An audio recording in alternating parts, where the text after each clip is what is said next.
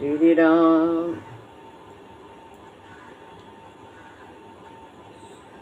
गुरुर्ब्रह्मा गुरुर्विष्णु गुरुर्देव महेश्वरः गुरु साक्षात् परब्रह्म तस्मै श्री गुरुवे नमः।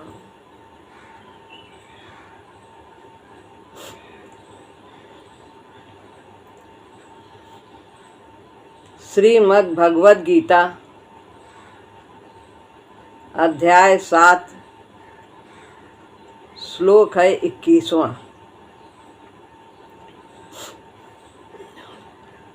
यो यो यां यां तनुं भक्तः श्रद्धयार्चितुमिच्छति तस्य तस्याचलां श्रद्धां तामेव विदधाम्यहम्। भगवान देवोपासक के विषय में बता रहे हैं कि वे किस प्रकार से आराधना करते हैं देवताओं की, और मैं क्या विधान करता हूँ। अर्थ है, जो जो भक्त जिस जिस विग्रह की, जितने भी विग्रह हैं वो सब भगवान के ही विग्रह हैं देव रूप में। उनकी अलग से कोई सत्ता नहीं है। जो जो भक्त जिस जिस विग्रह को श्रद्धा से अर्चन पूजन करना चाहता है, मैं उस भक्त की उस भक्त में उसी तदनुकूल अचल श्रद्धा को ही पैदा कर देता हूँ। मैं उस देव में उस भक्त की अचल यानी दृढ़ श्रद्धा को उत्पन्न कर देता हूँ, पैदा कर देता हूँ। ये नहीं कहते कि नहीं उनको ना पूजन करो, मेरा ही करो। जिसकी जिसमें श्रद्धा है, जिस रूप में श्रद्धा है, उसी में उसकी श्रद्धा को दृढ़ कर देते हैं प्रभु। ऊपर वाले श्लोक में अन्य देवता दूसरे देवता ऐसा प्रयोग किया था, कहा था कि अन्य देवताओं की पूजा करते हैं। जो है श्लोक था पहले वाला, कामस्तै हृत ज्ञान प्रपद्यन्तेन्य देवता अन्य देवता। तो ये कहा था। अब यहाँ पर तनु लगा दिया है। यहाँ तनु शरीर विग्रह ऐसा कहा है कि भगवान का ही विग्रह है, वो जो देव रूप है। कोई इंद्र है, कोई सूर्य के रूप में, कोई ब्रह्मा विष्णु आदि यानी देव, ये सब अनेक रूप में उपासना करते हैं, शक्ति की उपासना करते हैं, काली दुर्गा आदि आदि अनेक रूप। यहाँ तनु शरीर विग्रह ऐसा कहा है। वास्तव में यह सभी शरीर भगवान के ही हैं, उन्हीं के शरीर के अंग हैं। भगवान ही तो भर रहे हैं सभी भूत प्राणियों में। सभी भूत में जो भी नाशवान है वो सब भूत प्राणी कहे जाते हैं, जिनका अंत है। देवता भी अंत वाले हैं, तो सभी भूतों में भगवान ही हैं। देवताओं में भी तो विभिन्न गुण कर्म की सीमाओं को स्वीकार करके भगवान ही तो खेल करते हैं। कोई देवता के रूप में पानी बरसाते हैं, कोई ताप देते हैं, कोई प्रकाश देते हैं, अनेक अनेक रूप में सभी कार्य होते हैं। तो सब अलग अलग, जैसे कि पंखा हवा देता है, हीटर ताप देता है, बिजली के यंत्र चलते तो सब विद्युत से ही हैं, लेकिन सबके अलग अलग कार्य होते हैं। कोई पीसता है, कोई प्रकाश देता है, आदि आदि रूपों में वो शक्ति विद्युत की कार्य करती है। ऐसे ही भगवान भी अनेक रूप में, देव रूप में होकर के लीला करते हैं।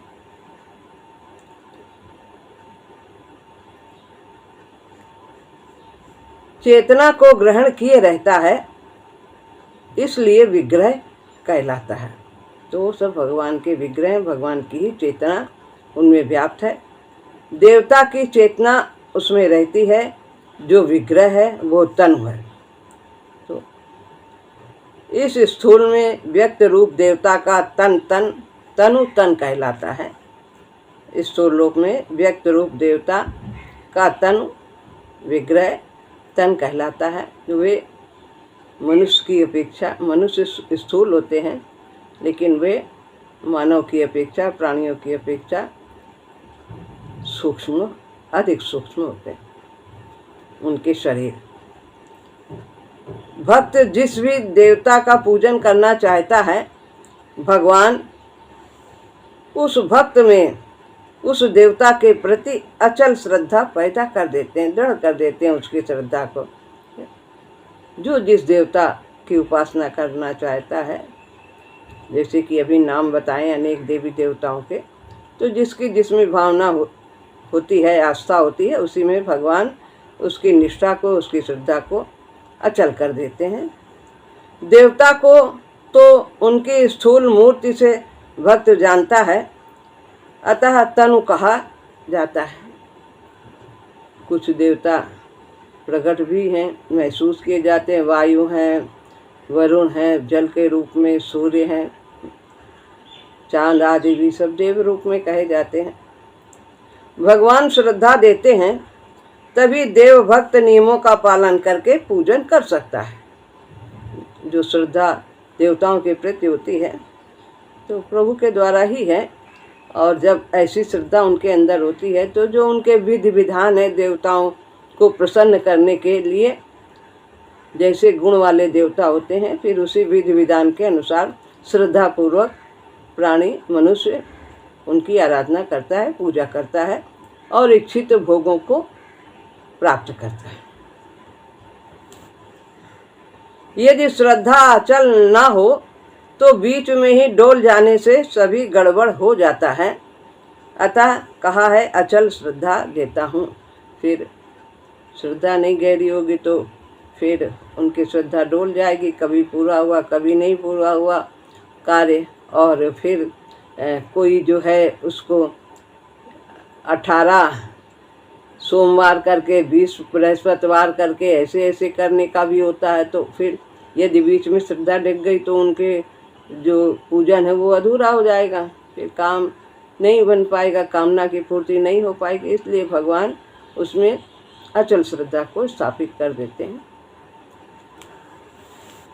कहने का तात्पर्य है कि देव पूजन भी तो मेरे ही विधान से होता है। भगवान कह रहे हैं मैं ही श्रद्धा देता हूँ और पूजा का मार्ग खोलता हूँ। तो इस प्रकार किसी की रुचि को भगवान हटाते नहीं है वहाँ से, किसी की श्रद्धा को कहते ये नहीं कहते हैं कि तुम वहाँ से श्रद्धा हटा दो और इनकी नहीं मेरी उपासना करो, ऐसा नहीं कहते। तामेव विदधामि, तामेव उसी को ही, अर्थात उसी श्रद्धा को मैं दृढ़ करता हूँ। उसी देवता से संबंध रखने वाली श्रद्धा को पैदा करता हूँ। फिर क्या करता है भक्त, जब श्रद्धा उत्पन्न हो जाती है उस देवता के प्रति, देवी के प्रति, तो फिर क्या करते हैं, वो तो कुछ कामना से ही देवी देवताओं की उपासना की जाती है। जितनी भी इस प्रकार के उपासक हैं वो सब सकाम भक्ति करते हैं देवों की। फिर है 22वां श्लोक, सतया श्रद्धया युक्तः, सतया श्रद्धया युक्तः तस्याराधनमीहते लभते च ततः कामान् मय्यैव विहितान् निहितान् स तया श्रद्धया युक्तः, उस श्रद्धा से युक्त होकर के, सा माने वह, स तया वह उस श्रद्धा से युक्त होकर के, युक्त हुआ व्यक्ति उस देवता का आराधन करता है। तस्या आराधन में, तस्या उसके आराधना करता है और उससे अपनी कामनाओं को लाभ करता है, पूरा करता है, तो पूजन करता है और फिर जो चाहता है संसारिक उपलब्धियां उसको प्राप्त करता है। जिसका विधान मैंने ही किया है, तस्या आराधन मिहते, तो वो उपासना करता है। लभते च तथा कामान, और वो फिर उस कामना को प्राप्त करता है। और वो मैं एवं विहिता, मेरे द्वारा ही उसका विधान किया होता है कि उसे कामना की पूर्ति होगी कि नहीं होगी, मैं ही उसका विधान करता हूँ और देवताओं के द्वारा उसे दिलाता हूँ, क्योंकि उसकी श्रद्धा देवताओं में है। तो समुचित श्रद्धा को पाकर वह पूजन करता है उस देवता का, नियमों को करता है जो उसके विधि विधान, जिससे वो प्रसन्न होते हैं। सभी कुछ लगता है, जैसा कि बताया था, चौकी चाहिए, झंडी चाहिए, पत्ता चाहिए, वस्त्र लाल चाहिए, और क्या क्या फूल चाहिए, भोग चाहिए, तरह तरह के विधि विधानों को वो अपनाता है। मंत्र भी विशेष होते हैं। खान पान शौच आदि के नियम भी होते हैं। क्या खाना चाहिए इस देवता के उपासना में, क्या नहीं खाना है, नमक खाना है कि नहीं खाना है, अनाज खाना है, क्या खाना है, जल पीना है कि नहीं पीना, आदि आदि तरह तरह के खान पान, पवित्रता आदि का भी बहुत ध्यान रखना होता है। इस तरह वो विधि विधान पूर्वक देवताओं की उपासना करते हैं। अमुक वस्तु खानी चाहिए, अमुक नहीं, और वो अमुक समय पर ही ली जा सकती है। सुबह नहीं खाने, रात में एक टाइम खाना है। भूमि शयन मौन अक्षौर ब्रह्मचर्यादि के नियम रहते हैं। अक्षौर माने नहीं समझ में आ रहा, तो ये सब नियम का पालन करते हैं। कम खाना होगा शायद, पता नहीं ठीक से। श्रद्धा से युक्त हुआ सभी कुछ करता है, देवता प्रसन्न हो जाते हैं। उसकी कामनाएं जिनकी पूर्ति के निमित्त उसने यह अर्चन किया था सो पूरी हो जाती है, पूरी हो जाती है। इस प्रकार विधि विधान करते हैं। भगवान कहते हैं मैं ही करता हूँ उन कामनाओं की पूर्ति का विधान, क्योंकि देवता कैसे कर सकते, देवता की अलग कोई सत्ता ही नहीं है। देवता तो भगवान के ही रूप है, उन्हीं के शरीर के अंग है। अगर उनकी कोई सत्ता होती तो फिर वो स्वयं ही न सब कुछ अपने आप ही सब कुछ प्राप्त करा देते अपने जो भक्त हैं। तो वो सब प्रभु के ही विग्रह हैं और प्रभु ही उनकी कामनाओं की पूर्ति का विधान करते हैं। लेकिन उनकी श्रद्धा भिन्न है, तो जो जिस गुण का होगा देवता, उसके उसी के अनुरूप उसे पूजा भी देनी होती है। भगवान के शरीर के अंग हैं, कोई ऊपर का है, सिर का है, कोई हाथ में है, कोई पैर में है, पेट में है। भगवान के शरीर में ही सभी व्याप्त हैं, उन्हीं के अंगों को ही देवता के रूप में माना जाता है। जैसे कि जो ये आँख है भगवान की, वो सूर्य चंद्र है, सूर्य। तो ये सब विभिन्न प्रकार के अंगों को ही उनका नाम दिया गया है। तो इस प्रकार वो विधान प्रभु के द्वारा ब्रह्मा जी बुद्धि में रूप में है। तो अलग अलग स्थान के देवताओं को अलग अलग उनमें गुण प्रधान होता है, उसी अनुसार से उनकी उपासना भाव के अनुसार की जाती है। भगवान कहते हैं मैं ही करता हूँ उन कामनाओं की पूर्ति का विधान, मैं वास्तव में उनको पूरा करता हूँ। देव विग्रह तो आड़ मात्र है, करने वाला तो मैं ही हूँ। मेरी अनुमति के बिना देव क्या कर सकता है? मेरी अनुमति के बिना, हमारी अनुमति के बिना हमारा हाथ उठ सकता है? जब जीव चाहेगा, आत्मा चाहेगी, उसकी शक्ति से ही सब क्रिया होती है, तभी वो देख सकता है, वो चाहता है। नहीं तो आंख बंद कर ले, आंख ना खुले। तो भगवान की अनुमति से ही सभी कार्य होते हैं। मैं ही उनमें बैठ कर लेता हूँ और मैं ही देता हूँ उनमें बैठकर। किसमें? देवताओं में। जो भी पूजन किया जाता है वो सब प्रभु को ही प्राप्त होता है, पर उनका भक्त जो है वो भगवान को नहीं प्राप्त होता, क्योंकि उसकी भावना दृढ़ नहीं है, भगवान के प्रति है ही नहीं, देवताओं के प्रति है। भेद बुद्धि रखता है भगवान में और देवता में। यदि उन्हीं देवताओं को भगवत भाव से पूजन किया जाए तो फिर उसे भी जो नाश रहित है फल वो प्राप्त होगा। जो भी प्राप्त होगा उसका अंत नहीं होगा। तो वो नाश रहित फल क्या है? भगवान की भक्ति, पूर्णत्व की प्राप्ति। बाकी तो सब यहीं छूट जाता है। वही एक व्यापारी है, वही प्रभु एक व्यापारी है, वही लेता है, वही देता है। यह तो सभी जगह लागू होने वाला सत्य है। यह बात मानुषी जगत की भी उतनी ही वास्तविकता है जितनी दैवी जगत की है। जैसे देवताओं में बैठ करके भगवान सब कुछ लेते देते हैं, ऐसे मनुष्य में भी वो आत्मा के रूप में विराजमान है। आत्मा के संग है परमात्मा। तो भगवान कहीं भी प्राणी मात्र से अलग नहीं है, सब में है। चाहे हम देव की उपासना करें तो भी भगवान को मिलेगा, यदि मनुष्य की भी उपासना करते हैं, उसको भी हम आदर सत्कार करते हैं, उसमें भगवत भाव करते हैं, तो भी भगवान को प्राप्त होता है। तो जो बात देव रूप में है, दैवी जगत की है, वही मानुषी जगत में है। उस गधे को पानी पिला दिया भगवत भाव से तो भगवान को मिल गया, शंकर जी को मिल गया, शंकर के भाव से पिलाए। जितनी दैवी जगत की है उतनी ही मानुषी जगत में भी यह बात सत्य है। इसी तथ्य को न समझकर हम डरते हैं, आशा निराशा के द्वारा बंधते हैं कि इनकी पूजा करें, कि उनकी करें, कि किससे हमें क्या मिलेगा, ये बड़े हैं कि कौन बड़ा है। सब में वही बसा है। कहीं भी पत्थर में जब हम वो भाव बना लेते हैं तो फिर जो हर मास का है तो उसमें भाव बनाने में हमें क्यों नहीं प्राप्त होगा?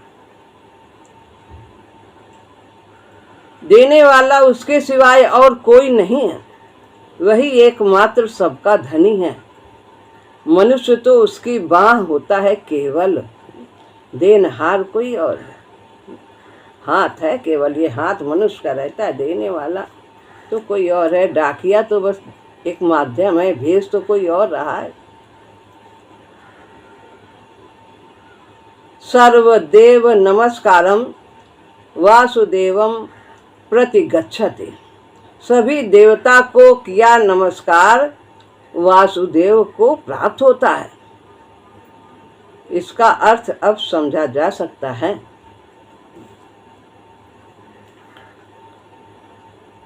अब है एक और श्लोक लेते हैं, 23वां। अंतवत्तु फलम तेषां तद्भवत्यल्पमेधसां देवान् देवयजो यान्ति मद्भक्ता यान्ति मामपि। अब कहते हैं देवताओं से तो उन्हें फल प्राप्त हो गया। देवताओं की श्रद्धा, देवताओं को श्रद्धा पूर्वक पूजन किया और जो चाहते थे मिल गया। तो फिर इसमें फर्क क्या हुआ? जो चाहते थे उन्हें मिल गया, तो अंतर क्या है? अंतर अब भगवान बताते हैं कि भावना यदि भगवान में नहीं होती है, देवता में होती है, तो फिर उसका अंतर क्या होता? उन थोड़ी बुद्धि वालों का अल्पमेध साम, अल्पमेधा है, उनकी कम बुद्धि वाले लोग, उन थोड़ी बुद्धि वालों का वह फल अंत वाला होता है। अंत वस्तु फलम तेसाम तेसाम, उनके जो फल हैं जो प्राप्त करते हैं वे अंत वाले होते हैं, छूट जाते हैं, सब नाशवान हैं, यहीं के यहीं रह जाते हैं।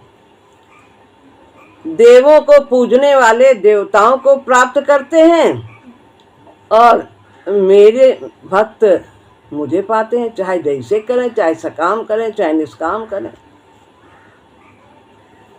इस प्रकार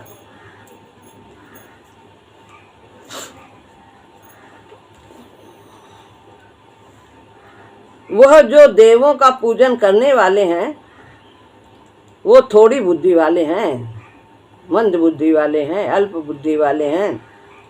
मेहनत बहुत करते हैं, बहुत सामग्री इकट्ठा करते हैं और बहुत विधान करते हैं, भूखे रहते हैं, लेकिन पाते बहुत कम है।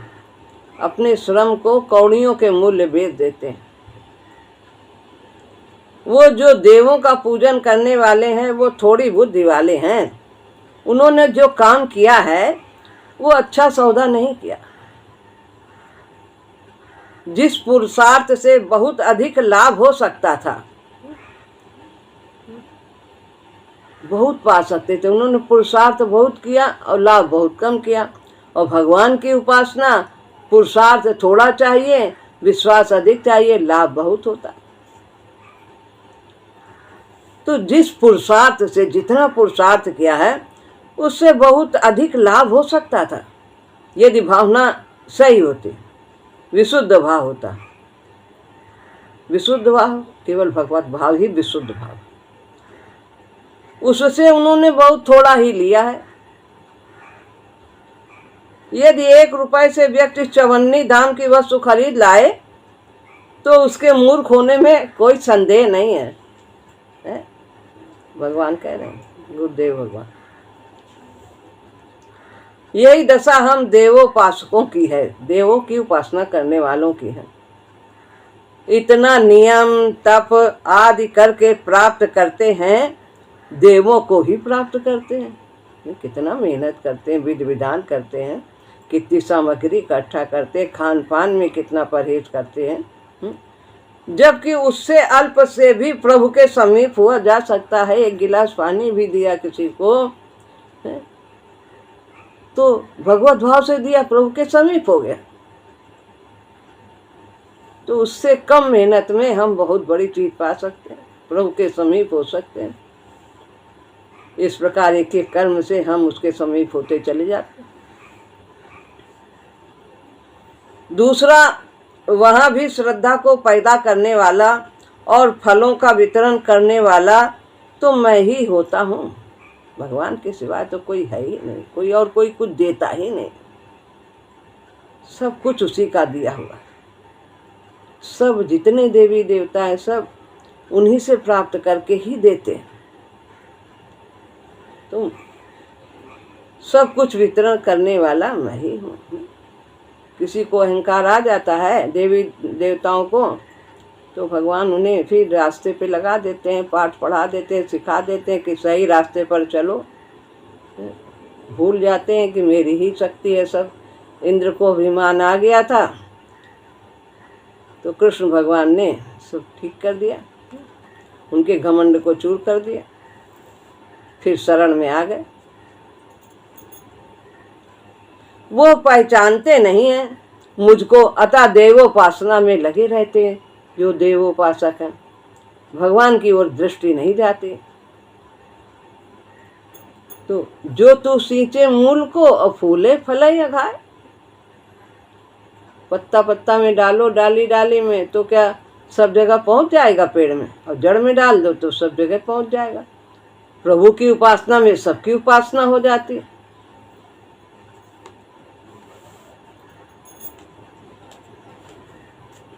इससे भी उनकी मूर्खता प्रमाणित होती है कि वो भगवान को नहीं जानते और देवोपासना में लगे रहते हैं, अधिक परिश्रम करते हैं और प्राप्ति बहुत अल्प करते।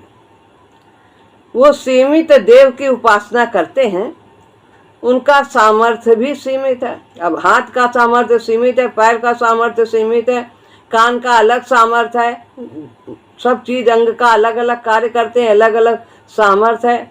आंख देख सकती है, हाथ नहीं देख सकता,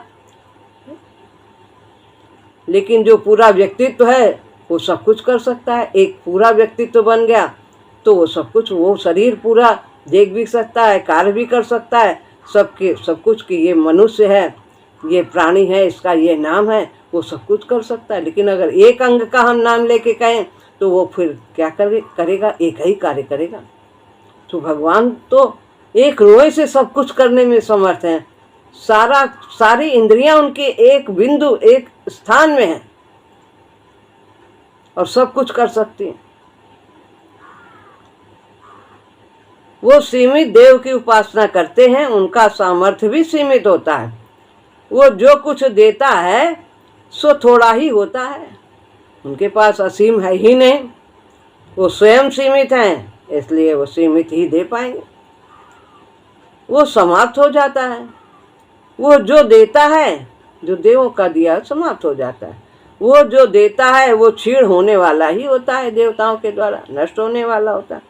अक्षय भंडार तो प्रभु का ही है, जहाँ कभी कुछ समाप्त ही नहीं होता।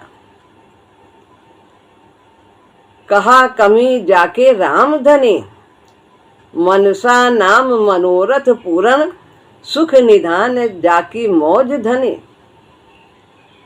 धर्म अर्थ और काम मोक्ष फल, चार पदार्थ देत गने। चारों पदार्थ मिल जाते हैं भगवान के दरबार, जो भी चाहो। इंद्र समान है जाके सेवक, नर बापुरे की कहा गने। नर की कौन सी गिनती है, बड़े बड़े देवता उनके सेवक है। और हम सेवक की चाकरी करते हैं, स्वामी की चाकरी करें। सब प्रभु की आज्ञा में ही हमें रहना चाहिए, हर पल उन्हीं की सेवा में रहना चाहिए, यही भाव होना चाहिए। यदि उन्होंने बजाय देवता के भगवान को पूजा होता तो उन्हें अक्षय फल मिलता, जो कभी नाश ना हो। क्षय अक्षय, क्षय माने नाश होने वाला, अक्षय जो कभी नाश ना हो, ऐसा फल मिलता। यह तात्पर्य है इस श्लोक का।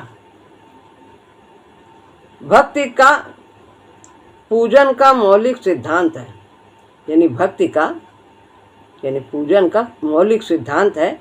उसके द्वारा इष्ट संप्रयोग। मुख्य बात है हमारा इष्ट कौन है, यही भक्ति। हम किसकी भक्ति कर रहे हैं? तो हमारे जो इष्ट हैं वो दिव्य होने चाहिए, नित्य होने चाहिए, अविनाशी होने चाहिए। तो भक्त अपने इष्ट से जुड़ सकता है, उसे प्राप्त कर लेता है। देवताओं के उपासक देवताओं को जाते हैं और भगवान के भगवान को प्राप्त होते हैं। तो देवता तो अंत वाले हैं, तो वो फिर प्राणी कैसे अंत से वाला नहीं रह सकता? वो भी अंत होगा, उसका भी वो बिना अंत वाली चीज दे ही नहीं सकते, क्योंकि वो स्वयं अंत वाले हैं। भगवान का ही भजन करना उत्तम है। वह तो देवताओं को भी देता है, उससे परे तो कुछ नहीं है। भगवान से परे कुछ भी नहीं, कोई भी नहीं है। सब में वो बसा हुआ है, हर कण में वो बसा है, हर प्राणी में बसा है। वो भूमा है, विशाल है, और बाकी सब अल्प है, सीमित है। भूमा की उपासना से भूमा हो जाएगा, वो भी विशाल हो जाएगा। जिसकी हम आराधना करेंगे हम वैसे ही होते चले जाएंगे, उसके गुण हमारे अंदर से प्रकट होते चले जाएंगे।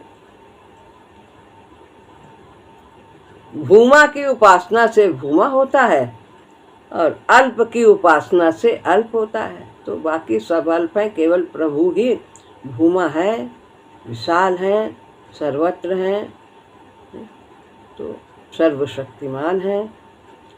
तो उन्हीं की आराधना हमें करनी चाहिए। इस विषय में और स्पष्ट करते हैं आगे, इस सिद्ध को स्पष्ट करते हैं। वो होगा आगे 24वां श्लोक। जिसकी चर्चा हम कल करें। श्री राम।